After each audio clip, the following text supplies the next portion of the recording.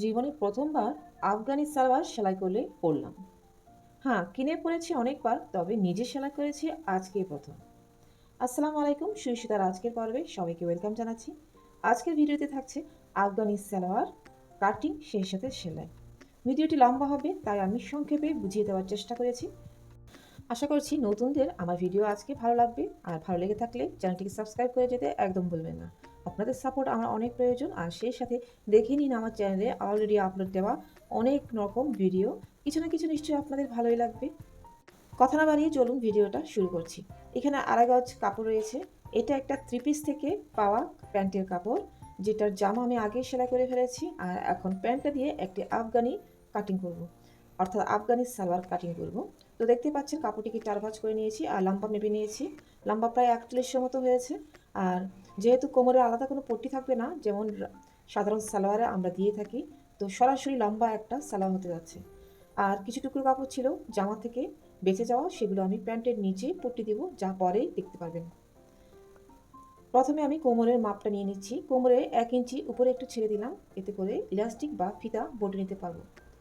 আর 1 ইঞ্চি নিচে আমি প্রায় 11.5 মতো দাগ কেটে নিচ্ছি। এটা হচ্ছে আমার কোমরের মাপ।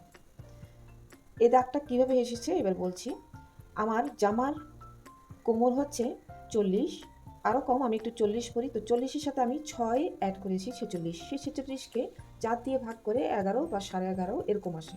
তো সেটা হচ্ছে আমার কোমরের চৌড়া মাপটা। নিচের দিকে হাইয়ের লম্বাটা 14 বা 15 এমন নিন। আমার মতো লম্বা যারা, ওরা এইভাবে সরাসরি নিয়ে নিন, আর আপনাদের তাহলে মাপ ঝুঁকে ঝামেলা করতে হবে না। তো আমি আমার সালোয়ারে 15 নিয়েছি, আর ফিতার জন্য বটে দিলে একটু ছোট হয়ে যাবে আর কি।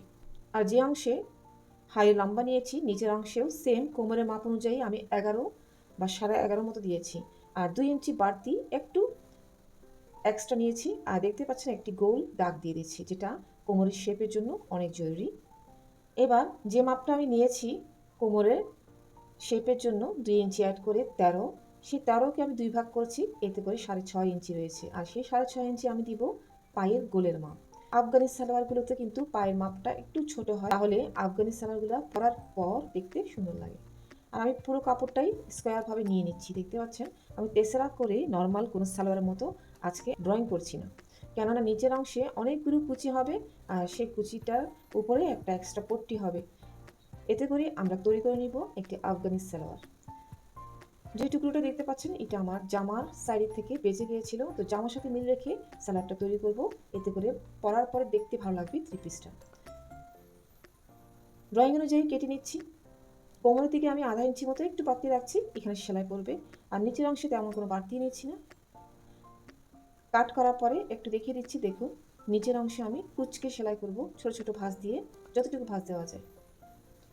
আর যে টুকরো কাপড় বেঁচে গেছে, এখান থেকে আমি ইসমার জন্য একটি সুন্দর জামা তৈরি করব। আর অলরেডি আমার কাছে যে জামাটা তৈরি করেছিলাম তার হাতার কাপড়টা রয়েছে, আমি হাতার কাপড়টা বাঁচিয়ে রেখেছিলাম ইসমার জন্য একটি ফ্রক তৈরি করব। এমন করে আমি অনেকগুলো জামা ইসমার জন্য তৈরি করি। অলরেডি এই নিয়ে অনেক ভিডিও আমার চ্যানেলে রয়েছে, যারা নতুন ভিউয়ার্স তারা দেখে নিতে পারেন। যেহেতু ভিডিওটা লম্বা হচ্ছে, আমি বুঝার সুবিধার জন্য আগে একটু বলে দিচ্ছি। এই হাইয়ের সাইডে আমি সেলাই করে নিব, 2টা হাইয়ের পাশ সেলাই করে নিব। আর উপরের অংশে তো স্বাভাবিক একটু বটে নিব ইলাস্টিকের জন্য, অথবা যারা ফিতা পরেন ফিতার জন্য। আর নিচের যে পায়ের মাপটা রয়েছে, সেখানে আমি অনেকগুলো কুচি দিব পরপর, একটু পরে সেটা আমি দেখিয়ে দিচ্ছি। আর পায়ে যে পট্টির কাপড়টা দিব এক্সট্রা, সেটা মেপে সেলাই করে নিচ্ছি।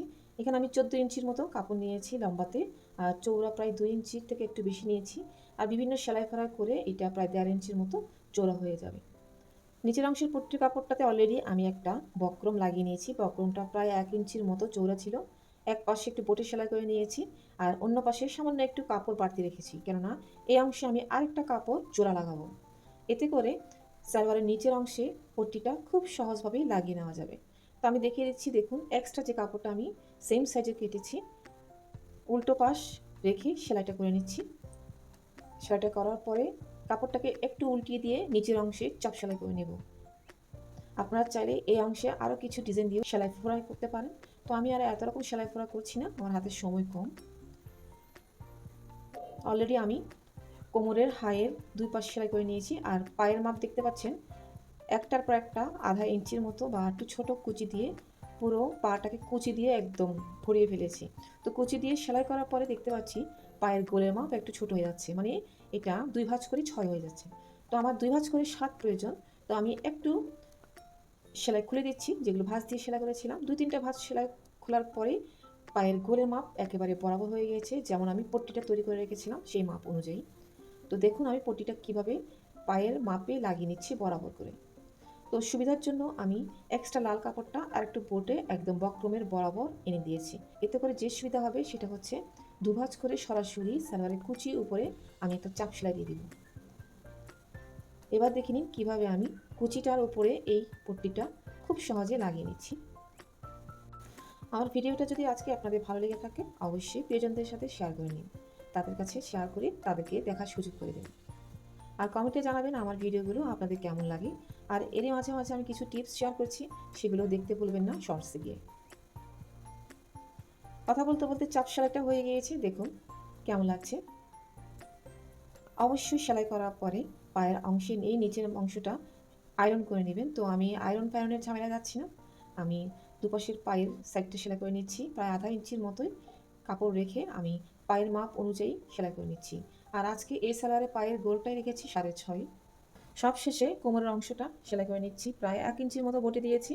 আর আপনারা যদি আর একটু লম্বা সেলাই করতে চান এই অংশে 2 ইঞ্চি 1 ইঞ্চি কাপড় জোড়া লাগিয়ে এরপর বটে দিয়ে ইলাস্টিক অথবা ফিতা লাগিয়ে ব্যবহার করবেন। তো মাঝে মাঝে আমি এমনটা করে থাকি, কিছু কিছু কাপড় ধোয়ার পরে শিন করে, তখন আমি কি করি এই অংশটা খুলে আরও কিছু পট্টি লাগিয়ে সেলাইটা লম্বা করি, যেহেতু আমার সেলারগুলো একটু লম্বা লম্বা সেলাই করতে হয়। সেলাই কমপ্লিট হয়ে গেছে, এবার আমি একটু পরে দেখাচ্ছি। যতটুকু সম্ভব চেষ্টা করেছি সেলাইটা কেমন হয়েছে দেখে বোঝার জন্য। তো এরই মাঝে আমি ইসমার একটু সাহায্য নিয়েছি, ইসমা ভিডিও করে আমাকে একটু সাহায্য করেছে। এবার বলুন আপনারা দেখতে কেমন লাগছে আমার প্যান্টটি। আর এমনি কিন্তু কাবুলি সালোয়ারের সাথে কামিজটা একটু গোলাকার নিচের দিকে কাটা হয়, তো আমি তো নিজের ইচ্ছা মতোই চলি, তো আমি আর গোলাকার শেপটা দিলাম না, এটা কামিজের সাথেই প্যান্টটা পরবো। আশা করছি আমার আজকের ভিডিও আপনাদের ভালো লাগবে।